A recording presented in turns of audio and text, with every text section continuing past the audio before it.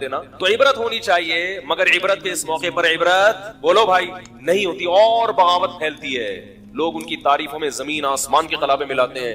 اسی وجہ سے یاد رکھو, اسلام میں کسی غیر مسلم کے لیے مرنے کے بعد دعا کرنے کی اجازت بولو بھائی نہیں ہے. دنیا میں اس کے لیے دعا کر سکتے ہو, زندگی میں, مر گیا تو دعا کی اجازت نہیں ہے. اللہ کہے گا کہ اس نے ساری دنیا کو خوش کیا مگر مجھے خوش نہیں کیا. اب یہ میرے پاس آیا ہے تو اس کو سب سے بڑی سزا یہ کہ اس کے لیے دعا کی اجازت نہیں ہے. یہ باغی ہیں اللہ کے. جب تک غیر مسلم زندہ ہے امکان ہے کہ توبہ کر لے گا, اس لیے آپ اس کو برا بھلا مت کہیں. مر گیا اب نہیں, بغیر توبہ کے چلا گیا تو اللہ نے کسی کو 40 سال مہلت دی, کسی کو 50 سال, کسی کو 60 سال, ساری زندگی ساری دنیا کا خیال. مگر جس نے پیدا کیا اس کے لیے کیا کیا آپ نے؟ اس پر ایمان ہی نہیں تھا, کرتے کیا آگے اس کے لیے؟ عبرت کی بات ہے, اللہ عبرت کا نشان بنا دیتے ہیں. مگر افسوس موت کا یقین ہم سب کو ہے کہ مرنا ہے, مگر یہ چیز ہمارے لاشعور میں نہیں ہے. سوچنا پڑتا ہے گھنٹوں گھنٹوں بیٹھ کے کہ مروں گا. بیان سننے پڑتے ہیں مولانا صاحب کے. اگر بیان سننا چھوڑ دیں, سوچنا چھوڑ دیں تو زبان سے تو یہی کہے گا کہ مروں گا, مگر حقیقت میں تصور کیا بن چکا ہے کہ مروں گا نہیں. کام سارے ایسے ہو رہے ہیں جیسے اس نے قیامت تک کے لیے دنیا میں زندہ رہنا ہے. لوگ زہری مریض بن رہے ہیں 60 50 سال کی عمر میں بھی دولت کے بارے میں سوچ کے ہائے پیسہ نہیں, ہائے پیسہ نہیں, ہائے پیسہ نہیں. اور جن کے دلوں میں اللہ موت کو مستحضر کر دیتے ہیں ان کی سب سے بڑی مزے کی زندگی کیا کہ وہ ٹینشن کھا لیا, ٹھیک ہے نہیں ہے کوئی بات نہیں, جانا کہاں ہے؟ قبر میں جانا ہے. نہیں ملے گا تو مر ہی جائیں گے نا, تو مل جائے گا تو نہیں مریں گے. تو یاد رکھیں سکون اور اطمینان اللہ نے خواہشات کی تکمیل میں نہیں رکھا. سکون اس میں رکھا ہے کہ جتنا مل رہا ہے اس کو اپنی ضرورت سے زیادہ سمجھیں اور یہ یقین کر لیں کہ میں اس کا بھی مستحق نہیں ہوں. سفر میں اتنی چیزوں کی ضرورت نہیں ہوتی, یہ مجھے میری ضرورت سے زیادہ مل رہا ہے. ورنہ سفر ہے, جا رہے ہیں آگے قبر میں جانا ہے تو اتنے 3 ٹائم کھانے کی ضرورت ہی نہیں ہے بھائی. رسول اللہ صلی اللہ علیہ وسلم نے ارشاد فرمایا جسے 2 وقت پیٹ بھر کے کھانا مل جائے, 2 وقت 3 وقت نہیں, حقیقی بھوک 2 ہی ٹائم لگتی ہے, 2 وقت پیٹ بھر کے روٹی, رات کو سونے کے لیے اچھا انتظام ہو جائے. اچھے کا مطلب گہری نیند آ جائے, ایسی جگہ میسر ہو, کیونکہ گہری نیند نہیں آئے گی تو سارا دن ٹینشن میں رہے گا. اور اگر شادی شدہ ہے تو یہی انتظام بیوی بچوں کے لیے بھی ہو جائے, اور جسم کسی بڑی بیماری سے محفوظ ہو. تو آپ صلی اللہ علیہ وسلم نے فرمایا یہ ایسا ہے گویا ساری دنیا کی دولت سمیٹ کے اللہ نے اس کے قدموں میں ڈال دی ہے, او کما قال صلی اللہ علیہ وسلم. اب یہ پریشان ہوگا تو یہ پریشانی اس کی اپنی بنائی ہوئی ہے, یہ پریشانی اس کی علامت ہے کہ یہ دنیا کو مسافر خانہ, کمبخت یہ دنیا کو مسافر خانہ نہیں سمجھ رہا, اور یہ سمجھ رہا ہے کہ میں نے یہاں دھرنا مار کے بیٹھ گیا ہوں, میں مروں گا نہیں. دوسروں کو دیکھ دیکھ کے جل رہا ہے, ہائے وہ تو اتنی بڑی گاڑی خرید لی, ہائے وہ تو یہ بھی کھا رہا ہے, ہائے اس نے تو 1000 گز کا بنگلہ بنا لیا, ہائے وہ تو امریکہ نکل گیا, ہائے یہ تو یہ ہو گیا. اللہ کے بندے جہاں بھی نکل جائے آئے گا تو قبرستان میں نا, کتنا آگے جائے گا واپس ٹرن ہو جائے گا, واپس پیچھے چلا جائے گا. تو جن کو یہ حقیقت سمجھ میں آ گئی نا کہ ایسے ہوگا, انہوں نے شروع ہی سے دنیا سے دل نہیں لگایا. کماؤ ضرور, دل نہ لگاؤ. ایک چیز رکھی جاتی ہے دل نہیں لگایا جاتا, اور ایک چیز رکھی نہ جائے مگر دل لگا لیا جائے, یہ رکھی جائے دل لگا لیا جائے, یہ ٹینشن کی بات ہے. دل صرف کس کو دینا ہے بھائی؟ اللہ کو دینا ہے جس کے پاس لوٹ کے جانا ہے. منزل ہی کی خبر نہ ہو کہ جانا کہاں ہے تو آپ چلتے چلے جائیں گے اور ٹینشن آپ کی بڑھتی چلی جائے. جیسے اس جنازے کی چارپائی والوں کی ٹینشن بڑھ رہی تھی, یار کدھر ٹکائیں اس کو, پھینک کے بھی نہیں آ سکتے نا. تو اللہ نے مثال دی ہے کہ ظلمات فی بحر, فرمایا بہت سارے اندھیرے ہوں اور کوئی شخص سمندر کی تہ میں ہو, فی بحر لجی, سمندر بھی بہت زوردار لہروں والا گہرا سمندر جس کی گہرائی میں بہت زیادہ اندھیرا ہوتا ہے, وقت بھی رات کا ہو, یغشاہ موج من فوقہ موج, موج کے اوپر موج چڑھی ہوئی ہے, ایسی گہرائی والا سمندر, من فوقہ سحاب, اور کالی رات میں بادل بھی ہوں کالے جو ستارے اور چاند کی روشنی سے بھی رکاوٹ بن رہے ہوں. اور اندھیرے کا یہ عالم ہے اذا اخرج یدہ لم یکد یراہا, جب اپنا ہاتھ نکال کے وہ دیکھنا چاہتا ہے تو اس بات کا کوئی امکان ہی نہیں ہے کہ ہاتھ بھی دیکھ سکے, یعنی کہ ہاتھ دیکھ نہیں پا رہا, یہ ممکن ہی نہیں ہے, اس کا بھی تصور نہیں ہے. تو بیان القرآن میں یہ لکھا ہے, اس میں بلاغت کے نکات بھی ہوتے ہیں, انہوں نے لکھا ہے کہ ہاتھ کی مثال اللہ نے کیوں دی ہے. اذا خرج یدہ, اللہ نے کہا کہ اتنا اندھیرا ہے کہ ہاتھ نکال کے دیکھنا چاہے تو وہ بھی نظر نہیں آتا. فرمایا اس لیے کہ ہاتھ کو اپنے حساب سے قریب اور دور کر سکتے ہیں. بعض لوگوں کی دور کی نظر کمزور ہے, بعض کی قریب کی نظر کمزور ہے. ہاتھ کے علاوہ جو ہے نا, ہاتھ جب آپ ایسے کریں, ایسے کر لو, تھوڑا دور کر لو, یوں آنکھیں پھاڑ کے تھوڑا سا, اور اپنے حساب سے مینج کر سکتے ہو آپ اس کو. اپنا ہاتھ بھی اگر سجائی نہیں دے رہا, کس قدر اندھیرا ہوگا. تو اللہ فرماتے ہیں اس شخص کی مثال ہے کس کی, جس کے پاس ہدایت کی روشنی نہیں ہے. جیسے یہ حیران سرگردان سفر کرے گا, اب اس کو کیا پتا کہ اگلا قدم میں نے کہاں رکھنا ہے, اگلے قدم میں کھائی ہے یا پھول بچھے ہوئے ہیں یا قالین بچھے ہوئے ہیں. ساری زندگی اسی قسم پرسی میں گزارے گا جو شخص, اس کی دل کی حالت کیا ہوگی, دماغ کی حالت کیا ہوگی, کیسی پریشانی ہوگی. یہ دنیا کا عذاب ہے ان لوگوں کے لیے جو شریعت کو فالو نہیں کرتے. ہر شخص کو خوش کرنے کی کوشش میں لگے ہوئے ہیں. داڑھی کیوں نہیں رکھی جاتی, لوگ کیا کہیں گے. تو کیا بغیر داڑھی والوں سے لوگ خوش ہیں بھائی؟ میں اچھا نہیں لگوں گا, ملا سا لگوں گا, لوگ کیا کہیں گے. تو بھائی لوگ تو اللہ تعالیٰ نے یعنی دنیا میں سزا کیا دی ہے. میں یہ عرض کر رہا تھا کہ ہم دنیا کو خوش کرنے کے لیے کام کرتے ہیں, مگر دنیا خوش کہ ہم بھی کیا کرتے ہیں. کافر تو مکمل کنفیوز ہوتا ہے, مسلمان آدھا تیتر آدھا بٹیر. وہ کلمہ تو پڑھ لیتا ہے, جنت جہنم پہ یقین بھی کر لیتا ہے, لیکن آدھی شریعت کو فالو کرتا ہے. اتوار کو بیان سننے آ جائے گا, جمعے کا بیان سن لے گا, لیکن بہت ساری چیزوں میں کیا کرے گا, یار نہیں یار یہ بیوی ناراض ہو جائے گی, یار یہ تو ابا, یہ تو دوست بولیں گے یار تم تو پروفیشنل مولوی لگ رہے ہو بالکل ہی, یار تم تو بالکل ہی یار یعنی عجیب سے ہو گئے ہو. اس طرح کی باتیں لوگ کرتے ہیں. تو ایسے لوگ یہ سمجھتے ہیں کہ ہم لوگوں کو خوش کر کے سکون کی زندگی گزاریں گے, حالانکہ وہ سکون کی زندگی نہیں گزار سکتے. کیوں؟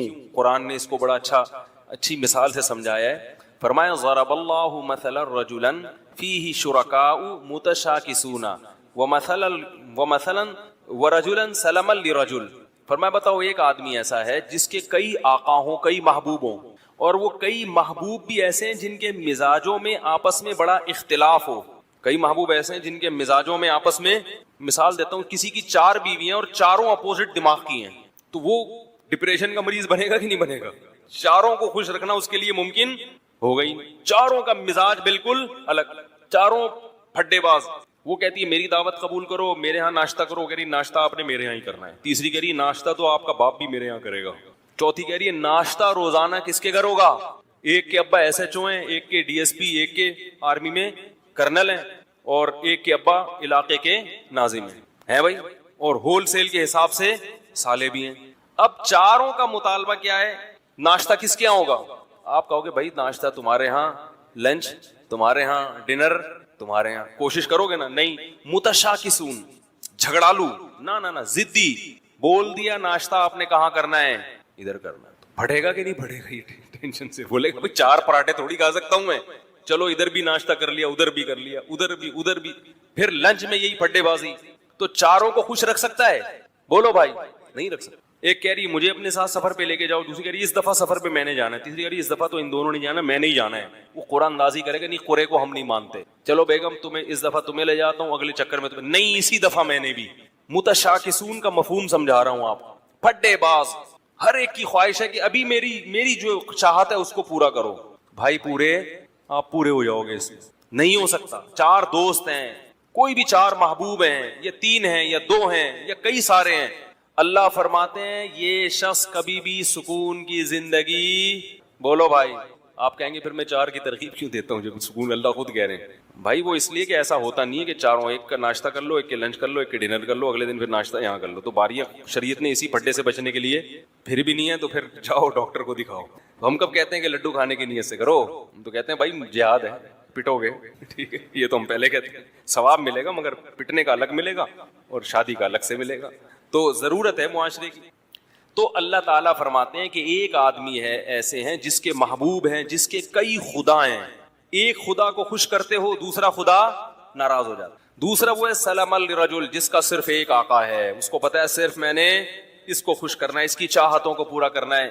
فرمایا بتاؤ هل یستویان مثلا, کیا سکون اور اطمینان میں دونوں برابر ہو سکتے ہیں؟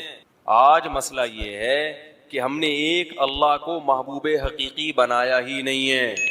جمعے کی نماز پڑھ لیتے ہیں اللہ کو خوش کرنے کے لیے, ایک آدھ روزہ بھی رکھ لیتے ہیں اللہ کو خوش کرنے کے لیے, عید پہ نہا بھی لیتے ہیں اللہ کو خوش کرنے کے لیے, لیکن بہت سارے کام ہیں جن سے اللہ ناراض ہو رہا ہے مگر بیوی بچے خوش ہو رہے ہیں، وہ بھی چلے گا ساتھ میں، جہیز بھی لے رہے ہیں، نفس خوش ہو رہا ہے اس سے، سود بھی کھا رہے ہیں، بینک کی جاب بھی کر رہے ہیں۔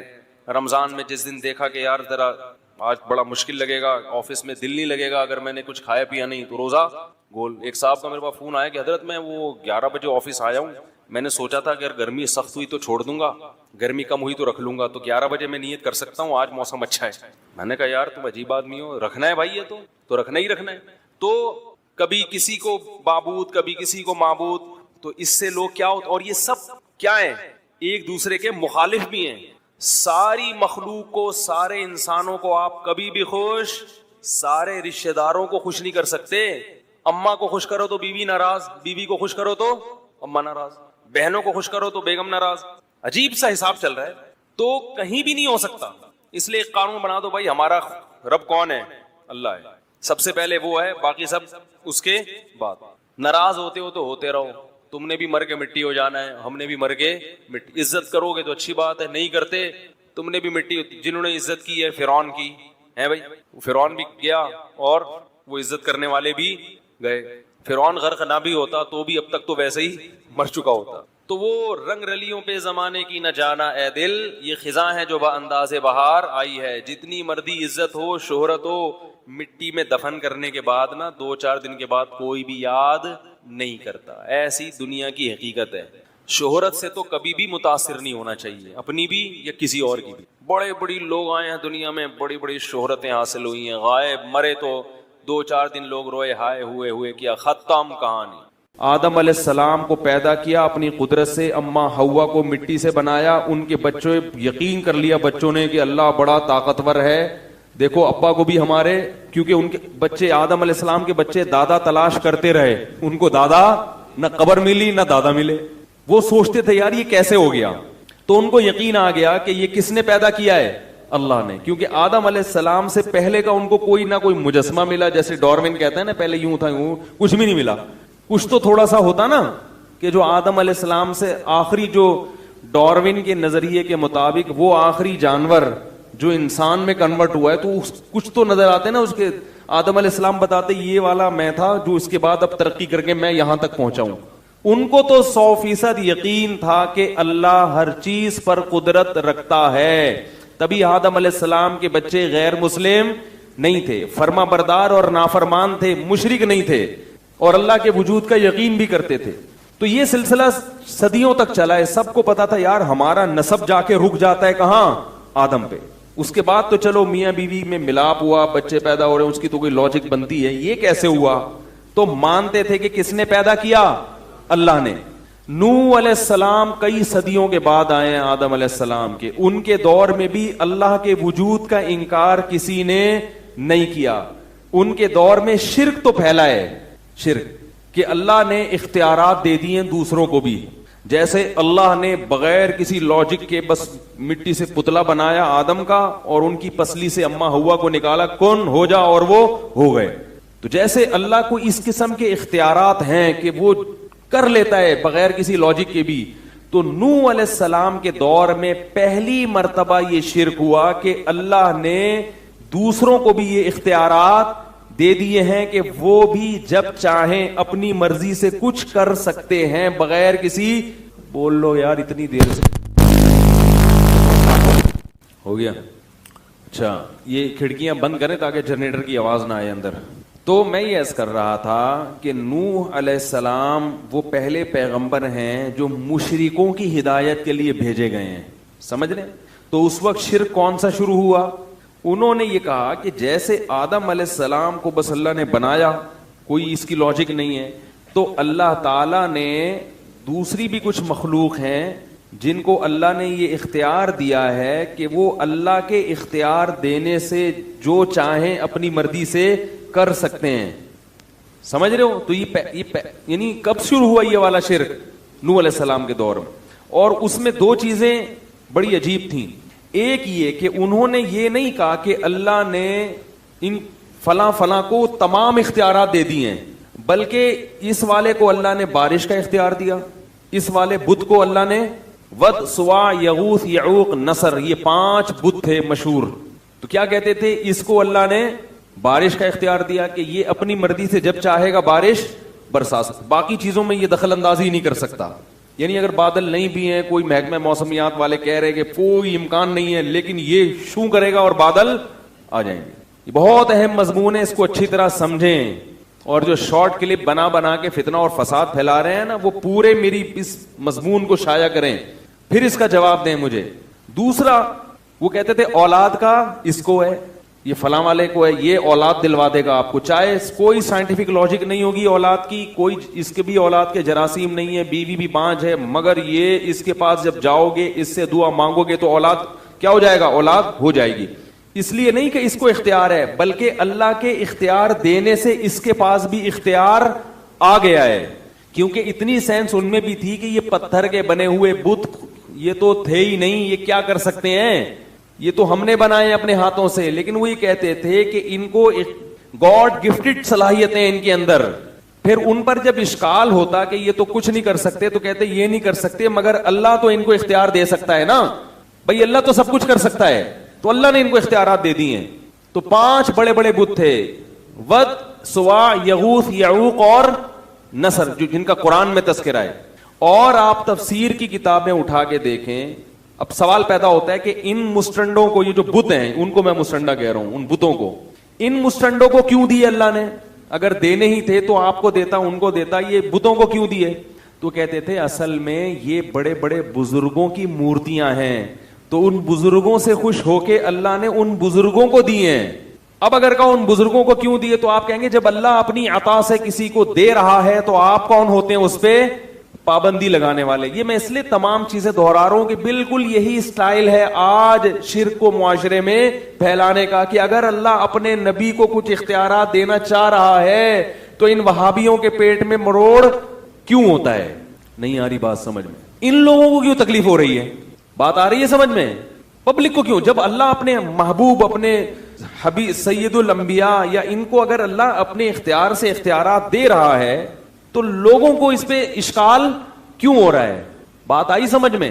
تو نوح علیہ السلام اسی شرک کی نفی کے لیے دنیا میں آئے تھے کہ اللہ جس سے خوش ہوتا ہے اسے جنت تو دیتا ہے, اسے دنیا میں اعلیٰ مقام تو دیتا ہے, اسے لوگوں کا مقتدا اور رہبر تو بناتا ہے, اسے نیک صالح اولاد تو دیتا ہے, مگر اپنے اختیارات میں اس کو شرکت نہیں دیتا. یہی تو شرک ہے جس کی نفی الحم سے لے کے والناس تک قرآن میں ہے کہ اللہ کسی کو ایسا پروٹوکول نہیں دیتا. اور اسی کو اللہ نے اپنے ساتھ الوہیت میں شرک قرار دیا, معبودیت میں, کہ مجھے میرے جیسا معبود کیوں تراش لیا تم نے. حالانکہ وہ مانتے تھے کہ یہ اللہ جیسے نہیں ہے. ہندو بھی ان بتوں کو ویسا بھگوان نہیں سمجھتے جیسا وہ آسمان پہ بیٹھے ہوئے خدا کو بھگوان کہتے ہیں, یہ ویسا نہیں ہے, لیکن اس نے ان کو کیا دیے ہوئے ہیں؟ اختیار دیے ہوئے ہیں. بات آ رہی ہے سمجھ میں؟ تو اللہ نے کسی کو بھی اسباب سے ہٹ کے کسی بھی قسم کا کوئی بھی اختیار, بولو بھائی, نہیں دیا. اسی شرک کی نفی کے لیے قرآن آیا ہے اور انبیاء آئے ہیں. تو نوح علیہ السلام کی قوم نے بزرگوں کے مرنے کے بعد ان کی مورتیاں بنا لی. بولا کہ چونکہ اللہ ان بزرگوں سے خوش تھا تو ان کی مورتیوں کے سامنے جھکو گے, ان سے مرادیں مانگو گے تو یہ اللہ کی عطا سے ہمیں دیں گے, خود نہیں دیں گے, اللہ کی عطا سے. اللہ نے ان کو اختیار دیا تو یہ ہمیں کیا دیں گے؟ اس اختیار سے ہمیں دیں گے. اب اس پر ایک اشکال ہوتا ہے کہ ہم تو دیکھتے ہیں کہ بزرگوں اور پیغمبروں کے ہاتھ پہ بہت سی ایسی چیزیں صادر ہوئی ہیں جس کی کوئی سائنٹیفک لاجک نہیں ہے. کلمہ پڑھا رہا ہوں آپ لوگوں کو, میں لا الہ الا اللہ کا مطلب بیان کر رہا ہوں. ہمارے ہاں عقیدے پہ اکثر بیان ہوتا ہی نہیں ہے. تو بہت سے لوگ کہتے ہیں کہ بھئی دیکھو اللہ نے اختیارات تو دیے ہیں نا, موسیٰ علیہ السلام لاٹھی کو سانپ بنا دیتے تھے, اس کی کوئی لاجک ہے؟ ہمارے نبی صلی اللہ علیہ وسلم کے پاس مشرکین آئے, چاند کے 2 ٹکڑے کرو, آپ نے ایسے کیے اور 2 ٹکڑے کر دیے, کوئی لاجک ہے اس کی؟ اور پھر وہ چاند آپس میں جڑ بھی گئے. صحابہ پیاسے تھے, پانی میں آپ صلی اللہ علیہ وسلم نے ہاتھ ڈالا اور پانی ابلنا شروع ہو گیا. عیسیٰ علیہ السلام کہتے تھے مردے کو قوم باذن اللہ, اللہ کے حکم سے کھلو جا. پنجابی میں کیا کہتے ہیں؟ کھلو جا, کھلو جا. تو آپ کہیں گے کہ حضرت عیسیٰ نے پنجابی میں تھوڑی کہا تھا, تو اردو میں بھی تو نہیں کہا تھا نا, تو میں جو بھی کروں گا میں تو ترجمہ ہی کروں گا نا. اور عربی میں بھی نہیں کہا تھا جو قرآن نے کہا نا قم باذن اللہ, تو عربی میں تھوڑی, ان کی تو عبرانی زبان تھی یا سریانی زبان تھی, اس میں کہا نا انہوں نے. تو کیا کہا, کھلو جا,